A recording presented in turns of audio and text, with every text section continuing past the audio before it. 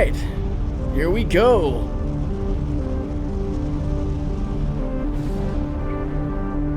Now, is this called the Apollo Hermes or just the Hermes? Dedicated medium freighter.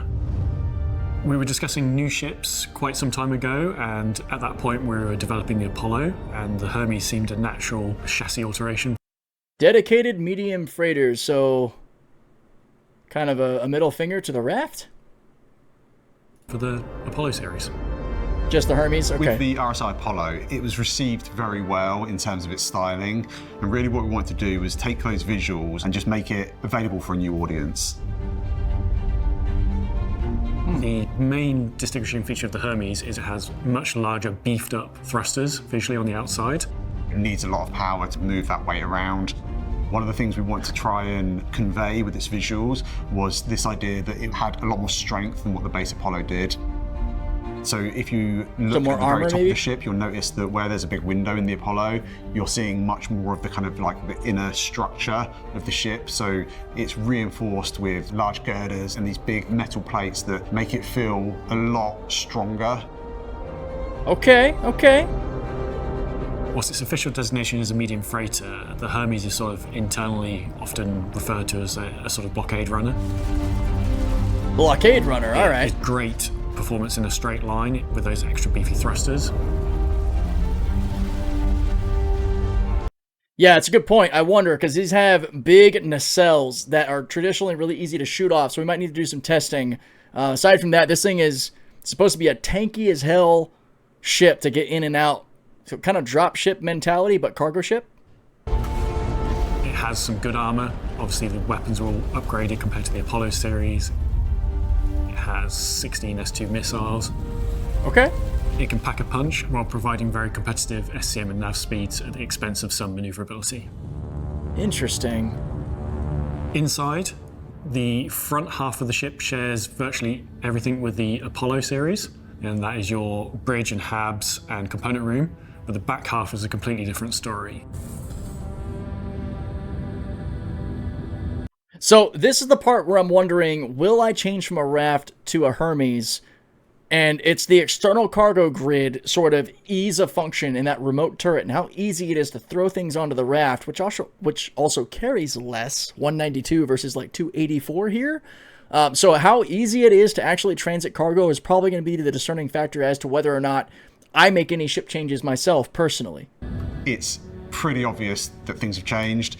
It basically strips out any of the interior that isn't essential to the ship's flight and replaces it with a large cargo space. That looks sweet. Capable of holding 288 SCU, and that includes being able to hold... You see what I see here, guys? We have beautiful walking paths outside of the gridded space, which also means you can throw a lot more than 288 in here, fitting it above, up in here. Probably fit more 2s and 4s. You can fit the cargo space down the hallway as long as it doesn't impede you getting in and out of the hall. I'm liking what I'm seeing here big time. The 32 SCU crates. There isn't a lot of ships in that 200 to 300 SCU cargo range. You have the Raft series that's down at 192, and then you have sort of the Caterpillar series that is 500 plus. There isn't really many ships in that middle zone. That is a good point. The Hull B is moving up to 512. That was sort of the closest. But of course, the Hermes carries all of its cargo internally compared to, say, the Hull series, which has it all external and much more vulnerable. Yeah, that is another good point to think about, vulnerability. One of the things we realised when we were developing the ship was having a cargo space that is quite short but very wide, and then trying to bring the cargo into the space was quite difficult. So our design team came up with this idea of having this tracked beam that ran on a rail through the centre of the cargo space. And that really allows you to be able to pull that cargo in quite easily. Also, from what I've been told, I think it was by Moto in chat, this has a either or function, like in or out, or forward or aft. I don't think it has the ability to move freely in between, so we'll have to see. The tractor beam can be controlled from either the co-pilot seat. Oh, they might tell us right here, actually. So if you've ever had problems playing cargo Tetris, then the Hermes might be the ship for you.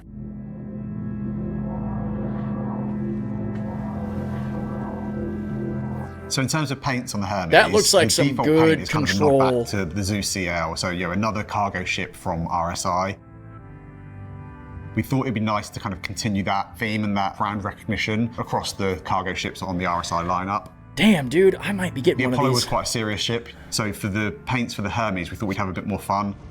We've got a nice two-tone black and yellow. We've got a purple, yellow, and white. Oh, I know that's Devil Docs. Because Jared cries when we don't, and he's quite persistent at coming and appearing at my desk. We also did the disco paint that we did for the.